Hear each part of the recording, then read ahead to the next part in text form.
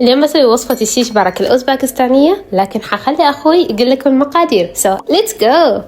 يلا هاك دورك.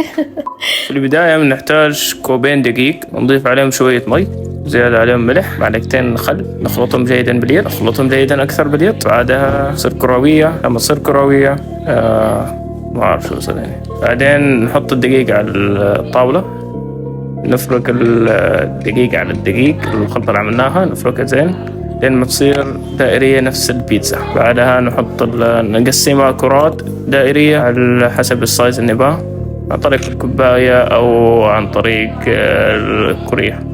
نضيف الخلطة اللي سويناها والحين نضيفها في النص هنا، تطبيقة جميلة هكذا، وهكذا أيضا نمددها شوي، نعملها على شكل خاطم مظبوطة. الحين نحط كمية في الطاوة، ونحن نتابع أفضل أنمي. الحين نحط الزبادي مع ملح ونخلطه جيدا، نخلط خلط، ونحط الأكلة حقتنا في النار. بعدها نحط البصل في النار لا يصير ذهبي، وهكذا تكون جاهزة معنا الأكلة الجميلة كوش بارك من أوزباكستان ولا ما أعرف.